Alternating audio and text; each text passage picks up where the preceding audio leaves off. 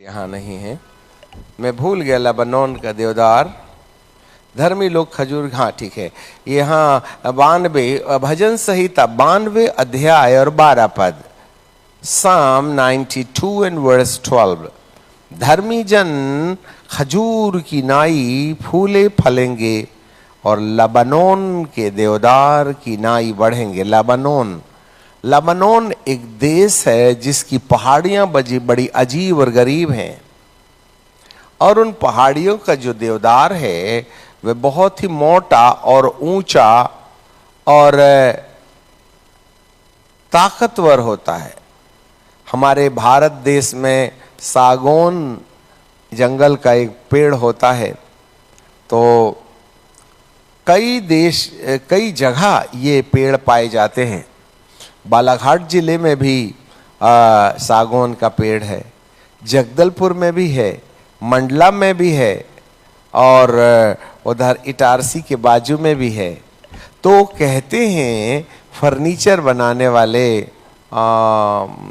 मैं भूल गया, पाढ़र के बाजू वाला बैतूल का जो सागौन है वो बड़ा रेशेदार और काले कलर का होता है, इसलिए सबसे महंगा बिकता है। अरे भाई, सागौन तो सागौन ही है ना, तो देवदार ही है। क्यों एक विशेष स्थान का सागौन इतना कीमती बिकता है? क्योंकि उसमें जो रेशे और रंग होता है उसमें फर्नीचर बहुत ज़्यादा साफ उभर के आती है। इसी तरीके से बहुत से देवदारों के पेड़ों के बीच में एक और देवदार होता है, और वो लेबनान देश में पाया जाता है। लेबनान देश में जो पहाड़ियाँ हैं, उस पहाड़ियाँ में रोपे गए ये जो देवदार होते हैं वो बहुत मोटे, हट्टे कट्टे, ऊंचे और तंदुरुस्त होते हैं।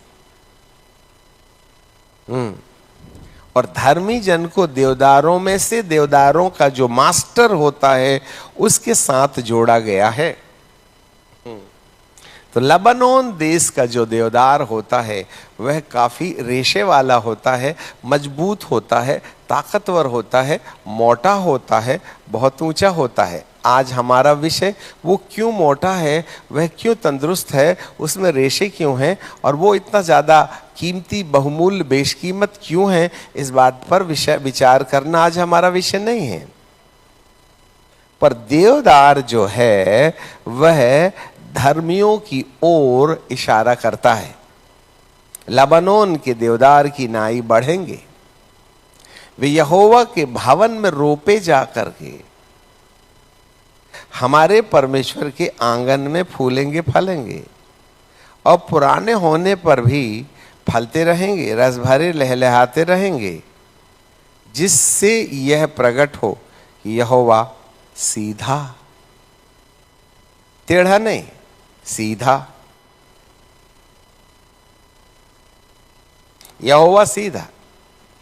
अब यहेजकेल में बाइबल हमें बताती है, यहोवा यूं कहता है, मैं देवदार की ऊंची फुनगी,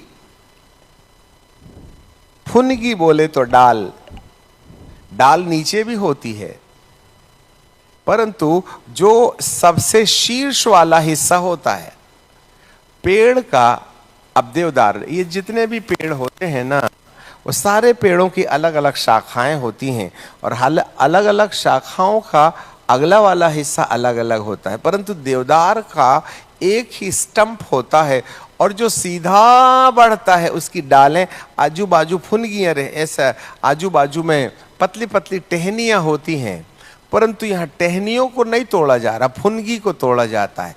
आजू बाजू के डंखे पंखे जो निकले हैं ना, उससे नहीं, वरन पौधे का सबसे ऊंचा वाला हिस्सा, इसको तोड़ दिया गया।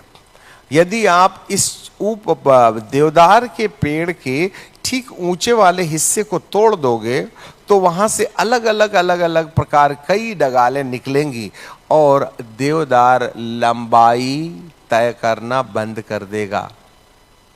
जैसे पपीते के पेड़ की फुनगी तोड़ दो तो आजू बाजू से डगाले निकलना शुरू हो जाएंगी। चने की भाजी क्यों तोड़ते हैं? जिससे कि बहुत ढेर सारी डालें निकल जाएं, जिसमें ज्यादा दाना फले।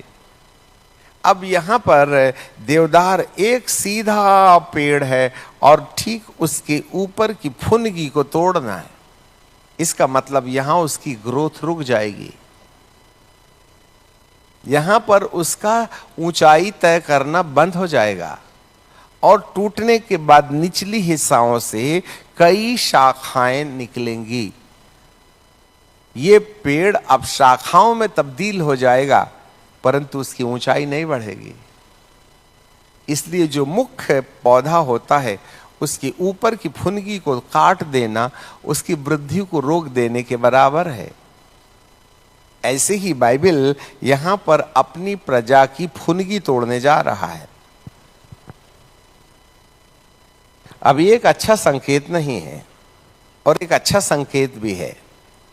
अच्छा संकेत उन लोगों के लिए जो फुनगी की दशा नहीं प्राप्त किए, अच्छा संकेत उन लोगों के लिए जो फुनगी बन करके काट करके अलग किए गए। यहां पौधे की वृद्धि रुकने वाली है फुनगी तोड़ने के बाद। अब भले ही उसकी शाखाएं निकलें, पर अब वह उतनी ऊंचाई तय नहीं कर सकता जितना उसको करना चाहिए, क्योंकि कई शाखाएं निकलेंगी और आने वाला भोजन कई शाखाओं में तब्दील हो जाएगा। इसलिए अब ऊंचाई नहीं बढ़ेगी, ऊपर एक गुच्छा बन जाएगा। यहां पर भी इन समयों में 2025, 26, 27, 28 के दौरान परमेश्वर कलीसिया की फुनगी तोड़ने जा रहा है। इसका मतलब है उसकी वृद्धि रुकेगी। पर हर्ष की बात यह है कि जो फुनगी उसमें से टूट जाएगी, जो फुनगी उसमें से टूट जाएगी, उस फुनगी को लेकर के वे किसी अति ऊंचे पर्वत पर यहां प्रमोशन होना है। पहले पर्वत है और अब अति ऊंची पर्वत है। जिस जगह में आज कलीसिया खड़ी है वो पर्वत है, परंतु परमेश्वर हम में से योग्य लोगों को पर्वत से अति ऊंचे पर्वत में लगाना चाहता है।